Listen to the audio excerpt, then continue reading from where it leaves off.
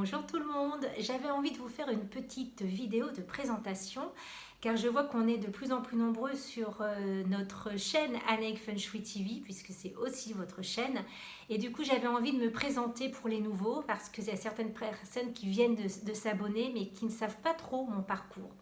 Alors, qui je suis? Je m'appelle Anaïg, c'est mon prénom. Je suis originaire de la Bretagne.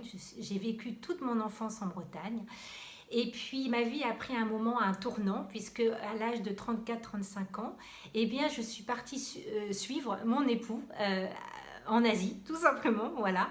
Donc j'ai eu la chance de vivre dans beaucoup de pays asiatiques. Alors parmi ces pays, eh bien, il y a Singapour, qui est une ville feng shui très connue, mais aussi Bali, la Thaïlande, l'Indonésie et la Corée du Sud, et tous ces pays que j'ai traversés, où j'ai vécu parfois plus d'un an, eh bien, le feng shui était extrêmement présent. Alors, avant de partir dans ces pays-là, j'étais déjà intéressée par le feng shui, mais j'avais pas en fait eu le temps, l'opportunité d'étudier en fait le feng shui. En Asie, eh bien, j'ai eu la chance de croiser en fait les livres de Liliane Tu, qui est mondialement connue puisqu'elle est maître feng shui. Elle a écrit plein de livres sur ce thème-là, le feng shui. Et elle organisait en fait, et elle organise toujours des séminaires pour justement apprendre le feng shui. Alors, ni une ni deux, eh bien, je suis partie suivre ces enseignements en fait en Malaisie, à l'Institut World of Feng Shui. Et c'est là que j'ai appris en fait le Feng Shui avec Liliane Tu. Voilà. Ensuite, eh bien, j'ai eu tout ce qu'il me fallait comme bagage et j'ai très vite donné des conférences en feng shui et j'ai aussi exercé auprès de la communauté française et étrangère basée dans les pays asiatiques où j'ai vécu. J'ai fait des expertises feng shui dans les maisons, dans les appartements.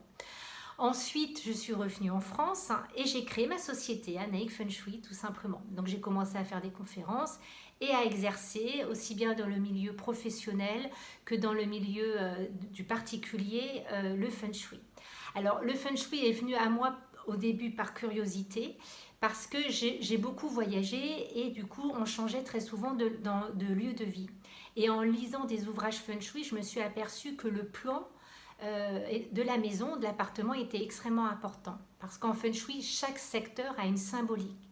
Alors par exemple, le nord c'est le travail, le sud-ouest c'est la femme, le couple, la communication et le partenariat, l'est c'est la santé, la famille, le passé et les souvenirs. Donc en analysant comme ça les différents secteurs de la maison, en fait sous un calque de l'orientation boussole, eh bien, je me suis aperçue qu'effectivement, que lorsque j'analysais en fait les plans d'appartements ou de maisons où j'avais vécu, que j'avais rencontré certains blocages ou tout au contraire que certaines choses s'étaient débloquées parce que j'avais des secteurs propices, parce que j'avais aussi des étoiles, c'est ce qu'on appelle la flying star, propices pour moi dans cette maison-là. Voilà, c'est pour ça que du coup, c'est en arrivant, en vivant dans cette maison qu'il y avait des bonnes choses qui avaient pu se déclencher pour moi ou pour ma famille.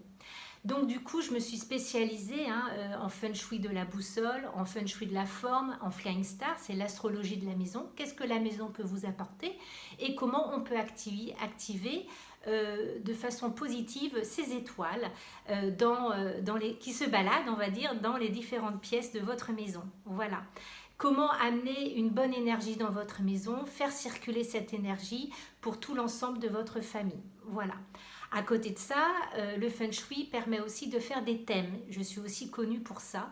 C'est-à-dire que suivant l'élément qu'on est, si on est par exemple terre, ou métal, ou feu, bois ou eau, eh bien on peut savoir où on peut vivre, dans quelle région on serait bien, ou alors pourquoi on est fait, quelle activité professionnelle par rapport à notre élément serait propice à un épanouissement pour nous dans l'avenir.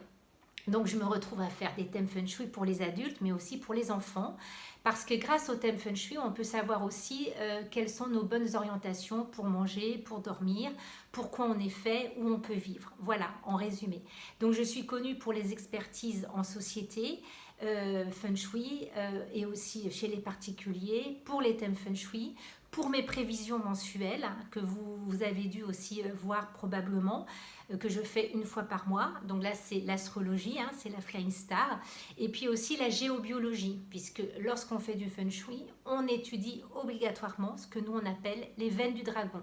Donc parfois, c'est vrai que la Terre, elle bouge, qu'on peut trouver, en fait, lorsqu'on implante notre maison, lorsqu'on construit notre maison, ou lorsqu'on vit dans un immeuble, dans un appartement, dans une maison, eh bien, on peut trouver des cours d'eau qui peuvent aussi, à certains moments, nous embêter, nous fatiguer. Voilà, donc des cours d'eau qui se passent sous la maison. Ça peut être aussi d'autres choses en géobiologie qui peuvent nous perturber, être humains. Donc, c'est aussi ça que je diagnostique aussi dans l'habitat en faisant du Feng Shui. Voilà, et puis cette vidéo, c'est aussi des astuces Feng Shui, des explications sur comment je travaille, plein d'autres choses que vous allez aussi découvrir sur ma chaîne. Voilà, je vous souhaite une très très belle journée et une très belle continuation et bienvenue sur ma chaîne Anaïk Feng Shui.